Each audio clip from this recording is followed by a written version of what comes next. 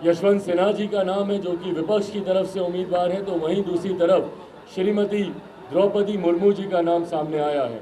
लोक जनशक्ति पार्टी रामविलास ने ये फैसला लिया है कि हम लोग इस राष्ट्रपति चुनाव में लोक जनशक्ति पार्टी रामविलास का समर्थन एनडीए की प्रत्याशी आदरणीय द्रौपदी मुर्मू जी के लिए होगा।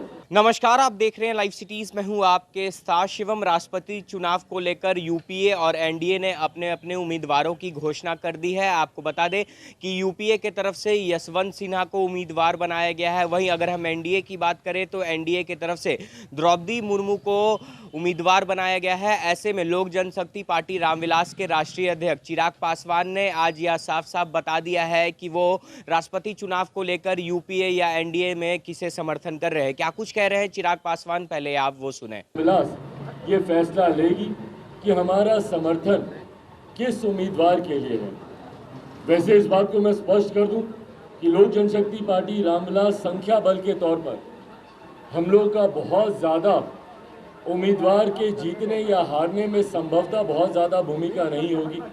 लोकसभा में एक वोट है हम लोग का, बट राष्ट्रपति चुनाव को अगर देखें, जिस इलेक्टोरल कॉलेज के माध्यम से चुनाव होता है, इस एक वोट की भी महत्व लगभग 700 प्लस वोट के आधार के तौर पर होती है एक एमपी के वोट की। बट बहरहाल मेरे इस एक वोट से बहुत ज़्यादा हार या जीत में कोई फ़र्क नहीं पड़ने वाला, पर उसके बावजूद नैतिकता एक बहुत बड़ा आधार है। लोक जनशक्ति पार्टी रामविलास ने हमेशा अपने विचारों, अपने सिद्धांतों के आधार पर फैसले किए हैं। हमारे नेता आदरणीय रामविलास पासवान जी ने हमेशा लोक जनशक्ति पार्टी के सिद्धांतों के आधार पर, पार्टी के विचारों के आधार पर नीतिगत समर्थन हर गठबंधन को दिया है। कई ऐसे उदाहरण पूर्व में भी रहे हैं कि किसी गठबंधन के साथ रहने के बावजूद अगर हमारे विचारों के आधार पर उस गठबंधन का फैसला नहीं होता है या वो नीति हमारे सिद्धांतों के आधार पर नहीं होती है, तो हम लोगों ने प्रमुखता से मुखर तौर पर उसका विरोध करने का भी हम लोगों ने काम किया है। उदाहरण के तौर पर डिमोनेटाइजेशन एक ऐसा ही फैसला था केंद्र सरकार का, जिसका लोक जनशक्ति पार्टी रामविलास ने, लोक जनशक्ति पार्टी उस वक्त की और हमारे नेता आदरणीय रामविलास पासवान जी ने, मैंने स्वयं उस वक्त भी उसका विरोध किया था। भूमि अधिग्रहण बिल केंद्र सरकार 2014 में एनडीए की सरकार बनते ही ये बिल लाया गया था। पार्लियामेंट में खुद मैंने खड़े होकर इस बिल का मैंने विरोध किया था। अनुसूचित जाति जनजाति एट्रोसिटी एक्ट था, जिसमें हमारे नेता ने सरकार को अल्टीमेटम तक देने का काम किया। वही कई बार विपक्ष के द्वारा कई ऐसे नीतिगत फैसले लिए गए जो हम लोग विपक्ष में होने के बावजूद हम लोगों ने उस फैसलों का हम लोगों ने समर्थन किया। उदाहरण के तौर पर शराबबंदी, हम लोग उस वक्त एनडीए का हिस्सा थे। मुख्यमंत्री नीतीश कुमार जी एवं उनकी पार्टी महागठबंधन का हिस्सा थी।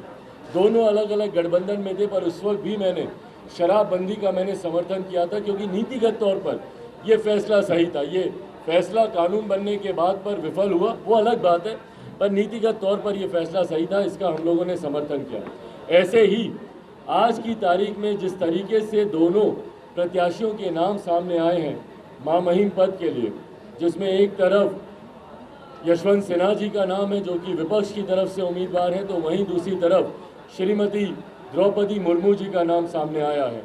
लोक जनशक्ति पार्टी ने हमेशा अनुसूचित जाति जनजाति वर्ग से आने वाले लोगों का मजबूती से समर्थन करने का काम किया है और हमेशा हमारे नेता ने उनके 50 साल के सक्रिय राजनीतिक इतिहास को अगर आप देखें, 5 दशक से ज़्यादा जो हमारे नेता आदरणीय रामविलास पासवान जी ने राजनीति में बिताए, हमेशा उन्होंने अनुसूचित जाति जनजाति पिछड़ा वर्ग समाज के ऐसे वंचित वर्ग गरीब परिवार से आने वाले लोगों को मुख्य धारा के साथ जोड़ने का उन्होंने काम किया। उन्हीं के पक्ष चिन्हों पर चलते हुए हम लोगों ने भी हमेशा ऐसे वर्ग से आने वाले लोगों को कैसे मुख्य धारा में प्रमुखता से जोड़ा जाए, उसके लिए हम लोगों ने कार्य करने का प्रयास किया। ऐसे में जब द्रौपदी मुर्मू जी का नाम सामने आया है तो लोक जनशक्ति पार्टी ने बिना कोई समय लगाए हुए, क्योंकि ये एक ऐसा विषय है जहाँ पे हम लोगों को ज़्यादा विचार विमर्श की भी ज़रूरत नहीं है, ये हमारे सिद्धांतों के पूरी तरीके से साथ में है। हमारे विचारों से जो लड़ाई लोक जनशक्ति पार्टी रामविलास लड़ती है कि भैया अनुसूचित जाति जनजाति को प्रमुखता से उनका प्रतिनिधित्व केंद्र की राजनीति में होना चाहिए।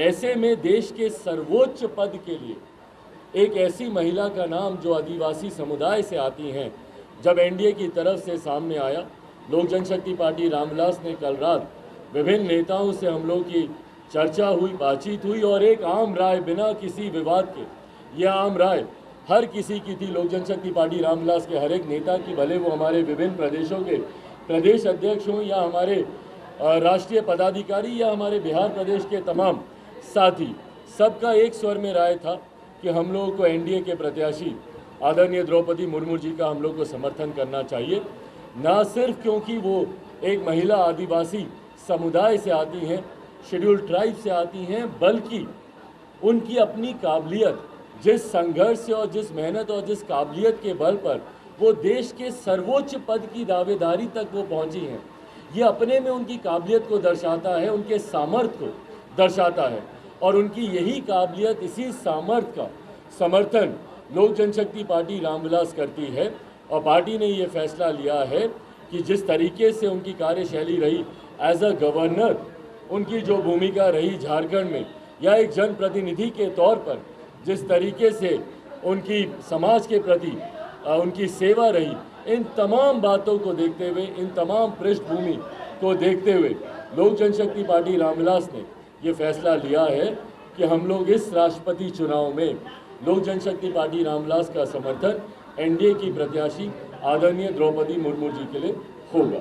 तो आपने साफ तौर पे सुना, लोक जनशक्ति पार्टी रामविलास के राष्ट्रीय अध्यक्ष चिराग पासवान का कहना है कि कल देर रात देश के रक्षा मंत्री राजनाथ सिंह का फ़ोन उनके पास आया था और उन्होंने एनडीए की उम्मीदवार द्रौपदी मुर्मू को समर्थन की मांग की है। ऐसे में चिराग पासवान ने यह स्पष्ट कर दिया है कि उनका समर्थन जो है वो एनडीए उम्मीदवार पर होगा। बहरहाल आप बने रहे हमारे साथ। अगर आपने हमारे चैनल को सब्सक्राइब नहीं किया है तो जल्द से जल्द सब्सक्राइब कर ले। धन्यवाद।